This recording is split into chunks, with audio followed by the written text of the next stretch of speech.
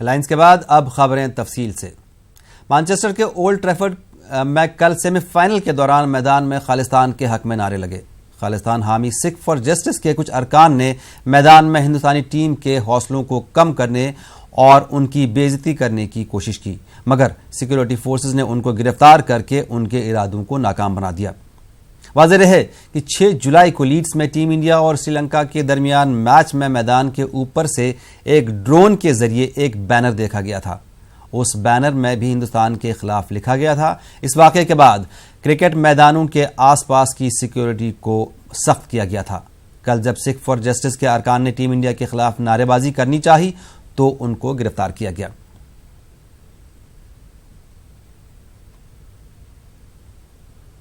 आलमी cricket cup 2019 के पहले सेमीफाइनल का मुकाबला कल बारिश की वजह से मुकम्मल नहीं हो सका था। इस मुकाबले के बकिया ओवर आज खेले जाएंगे, लेकिन सवाल यह है कि आज भी अगर बारिश हुई तो किस टीम को कितना नुकसान होगा। देखिए रिपोर्ट। मैनचेस्टर में टीम इंडिया और न्यूजीलैंड के बीच पहले सेमीफाइनल में टीम इंडिया की पकड़ मजबूत नजर आ रही है। टीम इंडिया के गेंदबाजों ने कीवी बल्लेबाजों को रनों के लिए काफी तंग किया। हिंदुस्तानी स्विंग मास्टर भुवनेश्वर कुमार और यॉर्कर स्पेशलिस्ट जसप्रीत बुमराह ने मैच के पहले 2 ओवर मेडन डाले। न्यूजीलैंड के बल्लेबाजों ने पहला रन 17वीं बॉल पर बनाया और फिर चौथे ओवर में बुमराह ने अपनी स्पीड स्विंग और उछाल से न्यूजीलैंड के सलामी बल्लेबाज मार्टिन गुप्टिल को पवेलियन का रास्ता दिखाया। पारी को संभालने उतरे न्यूजीलैंड के कप्तान को टीम इंडिया के गेंदबाजों ने रनों के लिए बहुत तरसाया। मैच के पहले 10 ओवरों में न्यूजीलैंड ने सिर्फ 27 ही रन बनाए, जो कि इस वर्ल्ड कप में अब तक का सबसे कम स्कोर है। हेनरी निकोलस और कप्तान विलियमसन ने पारी को संभालते हुए स्कोर को 50 के पार पहुंचाया। हार्दिक और जडेजा ने विलियमसन और निकोलस को बांध के रखा और दबाव की वजह से 59 रनों पर निकोलस जडेजा का शिकार बन गए। हिंदुस्तानी गेंदबाजी इस कदर शानदार रही कि कीवीज के माहिर बल्लेबाज रॉस टेलर रन ही नहीं बना पाए। टीम इंडिया लगातार न्यूजीलैंड के बैटिंग ऑर्डर की कमर तोड़ती गई। इनके हिटर्स ग्रैंडहोम और जेम्स नेशम भी कुछ न कर सके। मैच में अगर न्यूजीलैंड को कहीं सुकून मिला तो वो मौका था 40 ओवर के इख्तिताम का, जब बारिश शुरू हुई। बारिश ने रुकने का नाम ही नहीं लिया और फिर इंतजामिया ने ये फैसला किया कि बुध को मैच वहीं से शुरू किया जाएगा जहां मंगल को रुका था। आज अगर बारिश नहीं हुई तो न्यूजीलैंड अपनी पारी के बकिया 23 गेंदों का सामना करेगी। न्यूजीलैंड चाहेगी कि इन बकिया गेंदों में ज्यादा से ज्यादा स्कोर बनाए, मगर न्यूजीलैंड के लिए सबसे बड़ी परेशानी ये है कि ये 23 गेंदें टीम इंडिया के बेहतरीन गेंदबाज और डेथ ओवर स्पेशलिस्ट बुमराह और कुमार डालेंगे। अगर मैच में बारिश हुई और न्यूजीलैंड बल्लेबाजी नहीं कर सकी तो क्या होगा? बारिश के बाद 2 घंटों तक इंतजामिया इंतजार करेगी और इसके बाद ओवर घटा दिए जाएंगे, जो कि हिंदुस्तान के लिए काफी नुकसानदेह साबित हो सकता है। अगर न्यूजीलैंड ने दोबारा बल्लेबाजी नहीं की तो फिर क्या होगा? टीम इंडिया को 46 ओवर में 237 रनों का हदफ मिलेगा। अगर टीम इंडिया को 40 ओवर मिलते हैं तो उसे 223 रन बनाने होंगे। अगर टीम इंडिया 35 ओवर खेलती है तो टीम इंडिया को 209 रन बनाने होंगे और अगर सिर्फ 23 ओवर का खेल हुआ तो टीम इंडिया को बनाने होंगे 192 रन। वहीं अगर 25 ओवर का खेल हुआ तो टीम इंडिया को 172 रनों का हदफ मिलेगा। अब अगर बारिश की वजह से सिर्फ 20 ओवर का मैच हुआ तो टीम इंडिया को 20 ओवर में 148 रन बनाने होंगे। कुल मिलाकर अगर बात की जाए तो टीम इंडिया के लिए ये काफी नुकसानदेह साबित हो सकता है। ये बात नहीं है कि टीम इंडिया नहीं कर पाएगी। टीम इंडिया के पास ऐसा करने की सलाहियत है। इनके पास ऐसे खिलाड़ी हैं जो किसी भी हदफ को पूरा करने का दम रखते हैं, मगर बारिश के बाद पिच में नमी की वजह से बॉल फिसल सकती है, जो टीम इंडिया के बल्लेबाजों के लिए अच्छा नहीं हो सकता। हम आपको ये भी बता दें कि अगर आज बारिश ही नहीं रुकी तो पॉइंट्स टेबल में टीम इंडिया की बेहतर कारकर्दगी की वजह से टीम इंडिया फाइनल में जाएगी और न्यूजीलैंड को अपने घर जाना पड़ेगा। क्रिकेट शायकीन तो यही चाहेंगे कि आज बारिश रुके और न्यूजीलैंड मुकम्मल 50 ओवर खेले। न्यूज़ 18 उर्दू के लिए आबिद हुसैन की रिपोर्ट। दिल्ली हाईकोर्ट ने दिल्ली मेट्रो में खवातीन के मुफ्त सफर वाली दिल्ली हुकूमत की तजवीज़ के खिलाफ दायर अर्जी पर समाअत से इनकार कर दिया है। यही नहीं बल्कि कोर्ट ने अर्जी गुजार पर जुर्माना भी आयद कर दिया है। अर्जी गुजार को 10,000 जुर्माना भी भरना पड़ेगा। कोर्ट का कहना है कि यह हुकूमत का काम है कि खवातीन को किराए में छूट देनी है या नहीं।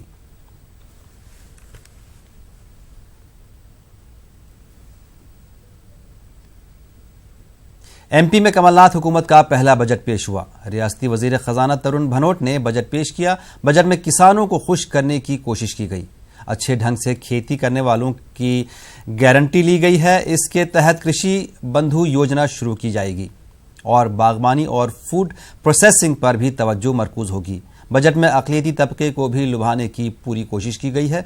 इस बजट में हज कमेटी और वक्फ बोर्ड के ग्रांट में इजाफे की तजवीज़ है।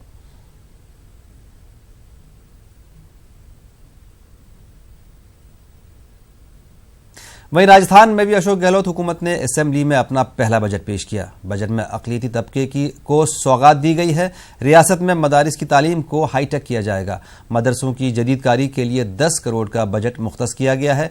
राजस्थान में मॉडल मदारिस कायम किए जाएंगे।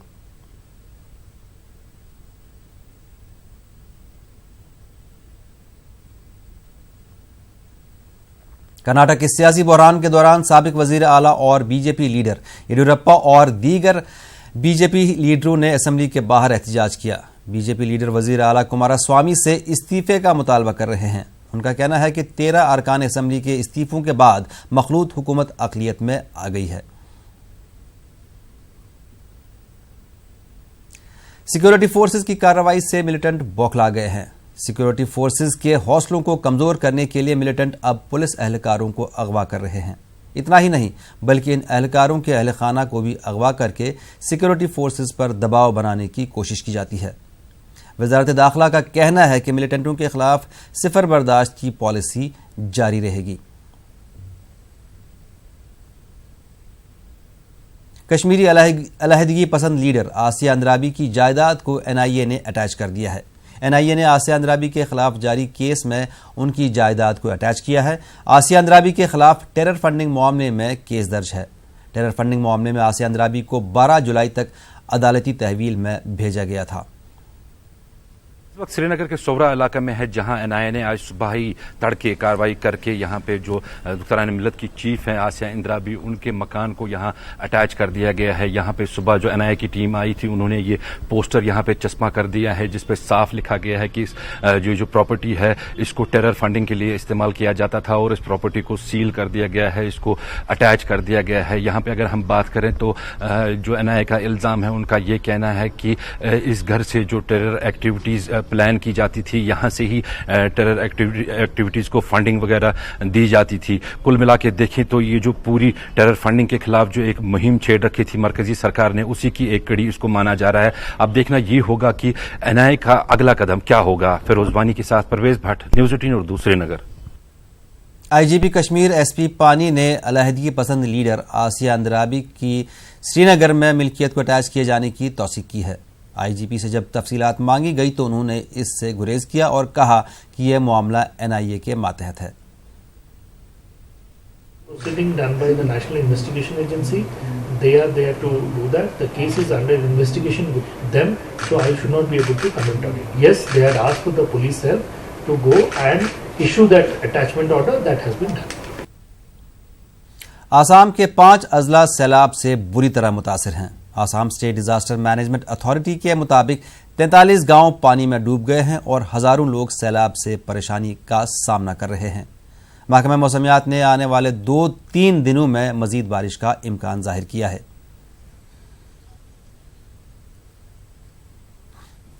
19 को जो वेदर हम लोग एक्सपेक्ट कर रहे हैं आने वाले 5 दिनों में, तो जो ओवर द रीजन यानी कि अरुणाचल प्रदेश, असम, मेघालय, नागालैंड, मणिपुर, मिजोरम और त्रिपुरा में हम लोग एक्सपेक्ट कर रहे हैं कि 5वां दिन जो है पूरे रीजन में वाइड स्प्रेड रेनफॉल होने की संभावना है। और इस दौरान काफ़ी कुछ क्षेत्रों में अधिक रेनफॉल भी हो सकता है on day 1 and day 5, and heavy rainfall is very likely at isolated places over Arunachal Pradesh on day 4 and day 5, and over Nagaland, Manipur, Mizoram and Tripura on day 2, day 3 and day 4.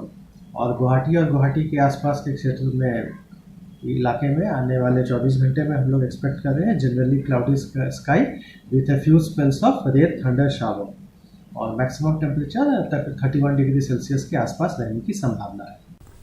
वक्फ इमलाक के तहफ़्फ़ुज़ के लिए हुकूमत संजीदा नहीं है, क्योंकि वक्फ की खासी इमलाक पर खुद हुकूमत ने ही कब्जा कर रखा है। वक्फ बचाओ तहरीक के बानी मौलाना कल्ब जवाद के मुताबिक वज़ीर आला योगी आदित्यनाथ और वज़ीर बराए औक़ाफ़ बार बार वादों के बावजूद भी CBI इंक्वायरी नहीं करा रहे हैं। पेश लखनऊ से तारिक कमर की खास रिपोर्ट।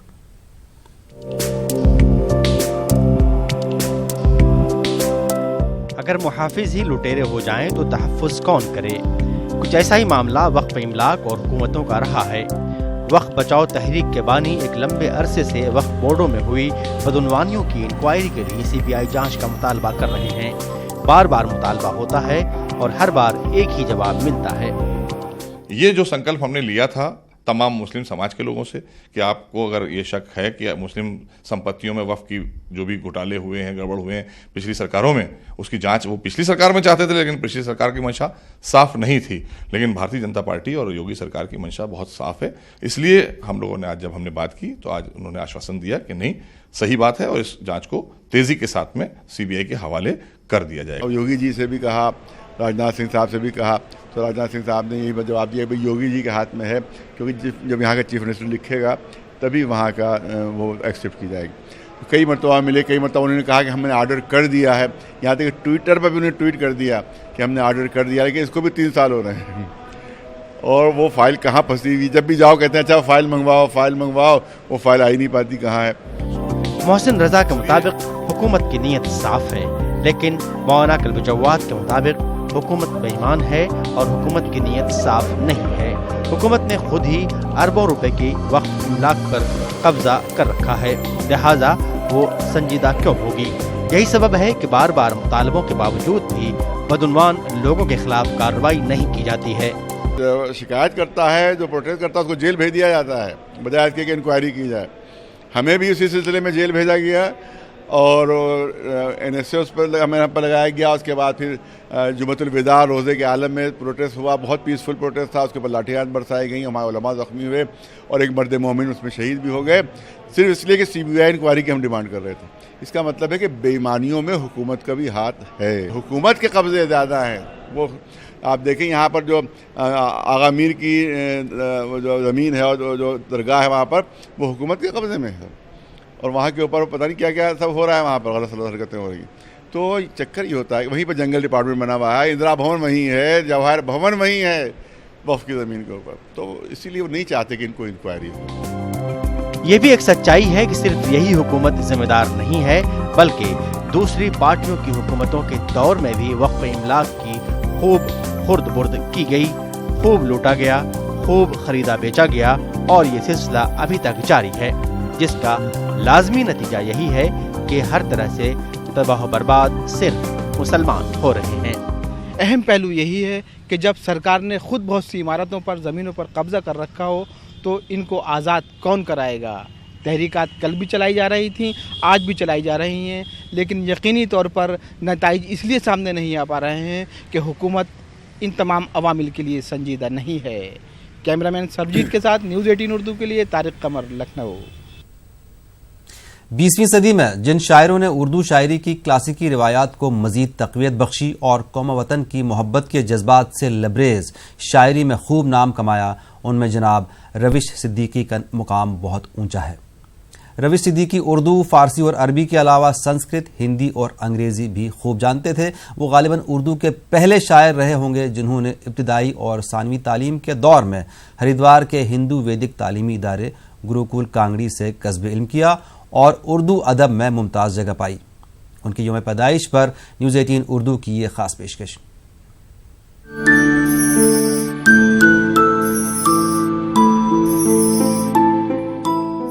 उर्दू जिसे कहते हैं तहजीब का चश्मा है, वो शख्स मुहज्जब है जिसको ये ज़ुबां आए। मुक़द्दस शहर हरिद्वार से चंद किलोमीटर दूर ज्वालापुर में 10 जुलाई 1911 को रविश सिद्दीकी एक मुअज़्ज़ज़ खानदान में पैदा हुए।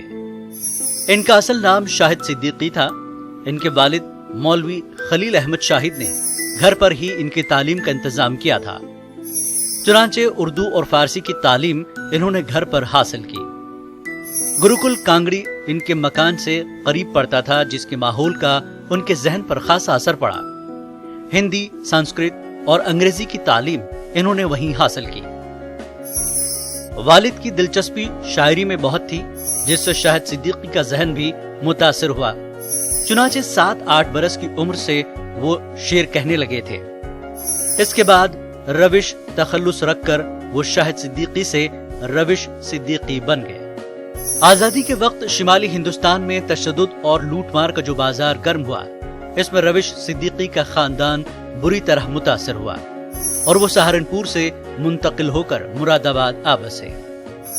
1955 में रविश सिद्दीकी मुरादाबाद से दिल्ली आ गए और यहाँ ऑल इंडिया रेडियो में मुलाजिमत इख्तियार कर ली। रविश सिद्दीकी को गजल और नज्म दोनों असनाफ पर कुदरत हासिल थी और गजलों की तरह इनकी नज्में भी पूरी उर्दू दुनिया में मशहूर हुई। इनकी पहली मुख्तसर सी शेरी किताब कारवां के नाम से 1950 में शाया हुई। कारवां दरअसल शायर और फलसफी की बाहमी गुफ्तगू पर मुश्तमिल तवील नज्म थी, जिसे इल्मी हलकों में खूब दाद मिली।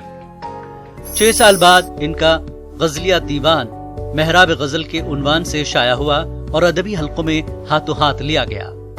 रविश सिद्दीकी की जिंदगी में उनकी यही 2 किताबें शाया हुई। बाद में एक शेरी मजमुआ अफसून तकल्लुम के उन्वान से छपाया गया, जिसमें उनका नातिया कलाम, रोमानी व समाजी नज़में और दुनिया की मशहूर शख्सियतों पर लिखी गई नज़में शामिल है।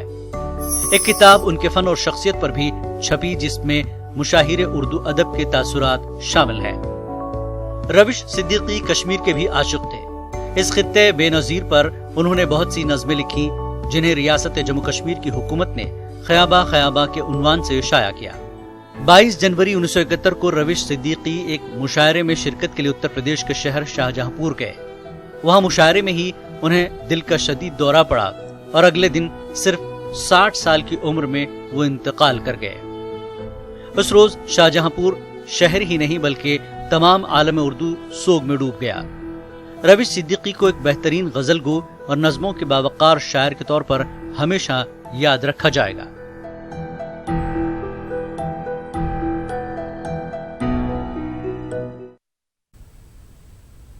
आज यूपी के बुलंदशहर में सीबीआई ने कई मकामात पर छापेमारी की। बुलंदशहर से हमारे नुमाइंदे शंकर आनंद ने मौके पर पहुंचकर हालात का जायजा लिया। केंद्रीय जांच एजेंसी सीबीआई की टीम इस वक्त में पहुंची है बुलंदशहर में। बुलंदशहर में आज सुबह से ही बकायदा यहाँ छापेमारी की जा रही है और सीबीआई की टीम सबसे पहले पहुंची यहाँ के डीएम अभय सिंह के यहाँ। अभय सिंह के यहाँ पहुंचने के बाद यहाँ पर छापेमारी कर रही है और यहाँ पर अभी तक कई महत्वपूर्ण दस्तावेज को इकट्ठा किया गया, काफी सबूतों को इकट्ठा किया गया और इसके साथ ही जो सीबीआई के सूत्रों के माने तो यहाँ पे काफी बड़े मात्रा में बकायदा नकदी भी अंदर बरामद हुआ है, जिसको काउंट करने के लिए बकायदा सीबीआई की टीम उस काउंटिंग मशीन को भी लाई है। हमारे साथ में हमारे संवाददाता यहाँ पे हैं अली। मौके पे जिस वक्त में सीबीआई की टीम पहुंची, उसके बाद तमाम जो अधिकारी पहुंचे, तो किस तरह से यहाँ टीम पहुंची है और जिस तरह से आरोप लगे हैं माइनिंग को लेकर, तो किस तरह से इस पे आरोप है? देखिए, इस बात से इनकार नहीं किया जा सकता जिस तरह से सुबह से पिछले 6 घंटे से लगातार छापेमारी चल रही है और एक टीम जो बाहर आई, बाहर के बाद अंदर गई। जब हमारे न्यूज़ 18 ने सबसे पहले देखा और अपने दर्शकों को दिखाया कि नोट गिनने वाली मशीन अंदर की ओर गई, जब से अभी तक कोई अंदर से रेस्पॉन्स नहीं आया। चारों तरफ से चारों गेट बंद कर दिए गए हैं और लगातार छापेमारी जो है शंकर जारी है। जिस तरह से अगर बात की जाए, डीएम की बात करें, अभय सिंह की बात करें, तो पहले भी कई ऐसे आरोप लगे। अगर व्यक्तिगत तौर पर कहें तो जिस तरह से एक बाहुबली जैसी एक छवि है इनकी, तो पहले से भी एक रुतबा रहा है, तो क्या लगता है इस सत्ता के नशे में पहले से भी कई तरह के ऐसी मनमानियां करते हुए पहले भी देखे गए हैं? बिल्कुल, अलग अलग शहरों में जहाँ जहाँ जिलाधिकारी रहे हैं वो चर्चाओं में रहे हैं, खासकर सोशल मीडिया पे बहुत ज़्यादा चर्चाओं में रहते हैं। अभी कुछ दिन पहले जिला अस्पताल का निरीक्षण किया था, जब उन्होंने एक सीएमएस को डांटा था, उनका वीडियो वायरल हुआ था, तो वो समय समय पर चर्चाओं में रहते हैं और चर्चाओं में हैं। इसके बाद माना जा रहा है कि बड़े पैमाने पर कैश है, क्योंकि बड़ी मशीन यहाँ पर लाई गई है नोट गिनने वाली। अमूमन हमने देखा है, अगर हम एटीएम या बैंक में देखें तो छोटी मशीन होती है, लेकिन बड़ी मशीन आने से यह अनुमान लगाया जा रहा है कि बड़ा कैश है, जिसको गिनने के लिए सीबीआई ने यहाँ बड़ी मशीन मंगाई है। जी आनंद, इस वक्त में आपको दिखाना चाहेंगे घर के अंदर, हालांकि यहाँ से कुछ भी नजर नहीं आ पाएगा क्योंकि अंदर सीबीआई की टीम जा चुकी है। फिर भी दीपक से मैं रिक्वेस्ट करूंगा कि अंदर दिखाएं कि ये पूरा घर है, पूरा आप देख रहे हैं कोठी है, पूरा बंगला है और ये सरकारी आवास है अभय सिंह का, जहां पर सीबीआई की टीम है और यहाँ पे छापेमारी कर रही है। हालांकि सीबीआई की छापेमारी की बात करें तो माइनिंग के मसले पर इलाहाबाद, लखनऊ, देवरिया समेत कई स्थानों पर छापेमारी की जा रही है। उत्तर प्रदेश के कई स्थानों पर छापेमारी की जा रही है। तो एक तरह से अनुमान लगाया जा रहा है कि जिस तरह से अवैध माइनिंग के मामले पर जिस तरह से टेंडर प्रणाली को लेकर फर्जीवाड़ा हुआ था, घपला हुआ था, इन तमाम मसलों को लेकर सीबीआई जल्द ही इस मामले में कई और बड़े खुलासे कर सकती है। हालांकि ये मसला जो है उस वक्त में था जो टेंडर घोटाला जिस वक्त में उत्तर प्रदेश में अखिलेश यादव की सरकार थी। हालांकि इन तमाम मामलों पर सीबीआई हाल फिलहाल में ही कई एफआईआर को भी रजिस्टर्ड किए और इस मामले में आज कई स्थानों पर छापेमारी कर रही है। तो निश्चित तौर पर कहा जा सकता है कि आने वाले वक्त में कई लोगों के खिलाफ मुश्किलें उनकी बढ़ सकती है। वीडियो जर्नलिस्ट दीपक बिष्ट और साथ ही अली के साथ शंकर आनंद, न्यूज़ 18 बुलंदशहर। 150 साल पुराने इरम मंजिल पैलेस को मुनहदम करके नई असेंबली बनाने के तेलंगाना के वजीर आला केसीआर के मंसूबे को एक और झटका लग सकता है। इरम मंजिल पैलेस की तामीर करने वाले नवाब फखरुल मुल्क के वारिसीन ने हाई कोर्ट का दरवाजा खटखटाने की तैयारी कर ली है। उनका कहना है कि इरम मंजिल पैलेस हैदराबाद निज़ाम के वजीर रहे नवाब फखरुल मुल्क की निजी जायदाद है और 1969 में कोर्ट रिसीवर ने अदालत में रिपोर्ट दी थी कि सर्वे के मुताबिक 9 एकड़ ज्यादा जमीन हुकूमत ने गैर कानूनी तरीके से कब्जा में ले ली है। मामला आज भी हाई कोर्ट में ज़ेर गौर है। नवाब फखरुल मुल्क के वारिसीन का कहना है कि हुकूमत उन्हें 9 एकड़ जमीन का मुआवजा दे या फिर जमीन वापस करे। इस मामले पर हमारे नुमाइंदे संजय तिवारी ने नवाब शफात अली खान से खास बातचीत की। साथ मौजूद हैं नवाब शफात अली खान साहब, उनसे पूछ लेते हैं। सर, इरम मंजिल इलाके में जहां पर नई विधानसभा बनाने के लिए तेलंगाना के मुख्यमंत्री ने प्लान किया और आधारशिला फाउंडेशन स्टोन रखा, अब आप कह रहे हैं कि वो ज़मीन आपकी है, तो कैसे वो ज़मीन आपकी है और कैसे ये लैंड डिस्प्यूटेड है? क्या ये मामला सब जुडिस है? देखिए, नवाब फखरुल मुल्क बहादुर जो इरम मंजिल पैलेस बनाए, उनकी ये 92 एकड़ ज़मीन थी जो ये ख़रीदी भी ज़मीन थी और ये इसके ऊपर ये पैलेस बना।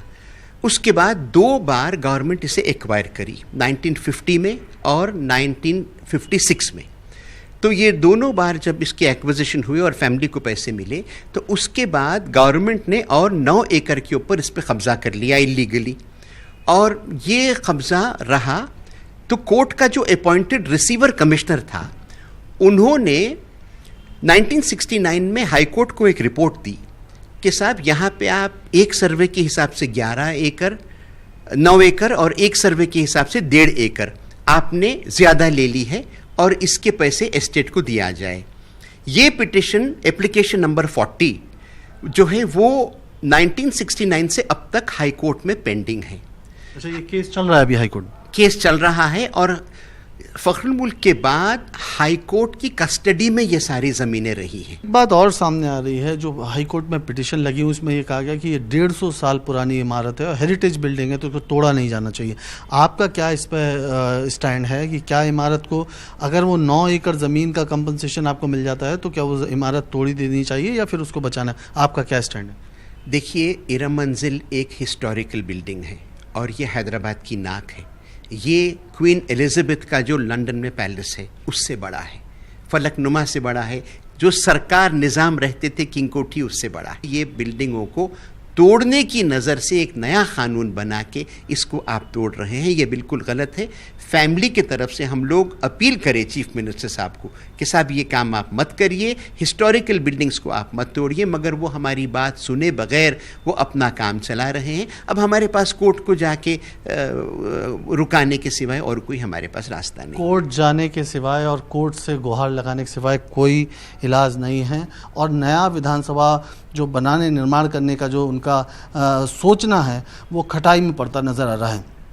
कैमरामैन दास के साथ संजय तिवारी, न्यूज़ 18 हैदराबाद। इस बुलेटिन में इतना ही, हमें दीजिए इजाजत।